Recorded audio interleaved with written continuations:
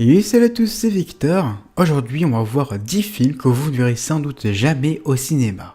Reynard. En 1937, la Walt Disney Company décide de réaliser un film sur un vieux conte. Il s'agirait d'un renard très rusé, tellement rusé que le personnage victime de ses blagues devait toujours mourir. Forcément, Disney a cherché une autre solution, mais malheureusement, après 40 ans de recherche et de travail, le projet fut abandonné. Mais le fameux Reynard a inspiré le héros Robin des Bois. Le film culte est sorti en 1973. Musicana. Musicana devait être du même style que Fantasia. Il devait mélanger plusieurs styles de musique comme du jazz, soul, musique classique, mais malheureusement le projet fut abandonné pour laisser plus de budget au Noël de Mickey. L'ours Louis. À la suite du succès du livre de la jungle, qui incluait le personnage du roi Louis, cet orang-outan adoré des fans et du dessin animé, Disney a mis en chantier un projet Louis Prima qui doublait le personnage culte aux États-Unis, devait prêter sa voix à un autre ours. Au centre du film, évadé d'un zoo, il devait aider un couple de souris à remplir une mission délicate. Ça vous dit quelque chose? Normal.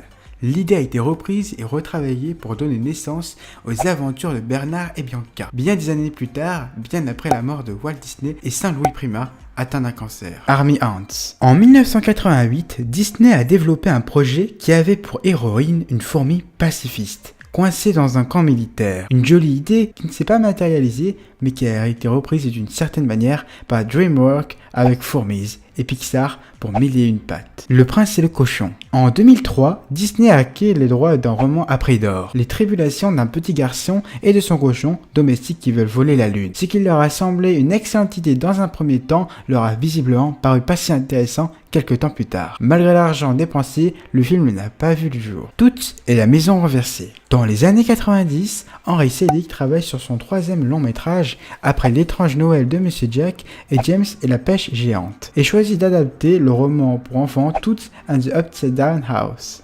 racontant l'histoire d'une petite fille qui découvre dans le plafond de sa chambre à l'envers un passage vers le monde magique des fées. Mélange de stop motion et d'images de synthèse, il devait être scénarisé par Steven Soderbergh. Trop coûteux, il est tombé à l'eau. Don Quixote. En 1940, Walt Disney a très envie d'adapter l'œuvre célèbre de Carven the Servants façon Fantasia. Mais le projet est repoussé jusqu'en 1946, puis abandonné, puis repris en 1951 avant d'être à nouveau abandonné. Bref, comme pour Terry Gilliam, il y a quelque chose de maudit dans l'univers de Don Quixote. Pourtant, 60 ans plus tard, il a été annoncé que Johnny Depp envisageait d'en produire une réinventation et en collaboration avec Disney.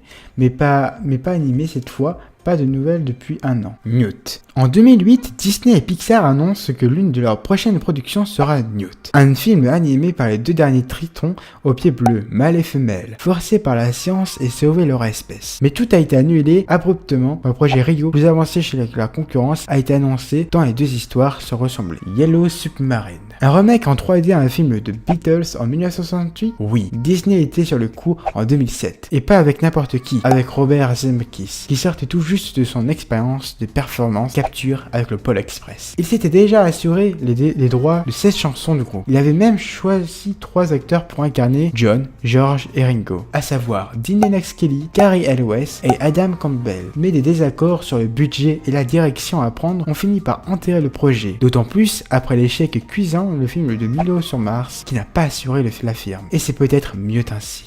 Chanteclair. Basé sur une pièce d'Edmond Rostand, l'auteur de Cyrano de Bergerac, Chanteclair devait s'intéresser à un coq au nom étrange vivant dans une ferme de la campagne française. Persuadé que c'est grâce à son chant que le soleil se lève chaque jour. Mais des créatures de la nuit sont bien décidées à prouver qu'il a tort. Développé dès les années 40 et sur une période de 20 ans, avec même une courte relance dans les années 80, le projet n'a jamais vu la lumière du jour. Et j'espère que cette vidéo vous a plu. Si c'est le cas, n'hésite pas à lâcher un commentaire et à t'abonner si ce n'est pas déjà fait. Sur ce, on se retrouve très vite pour une vidéo.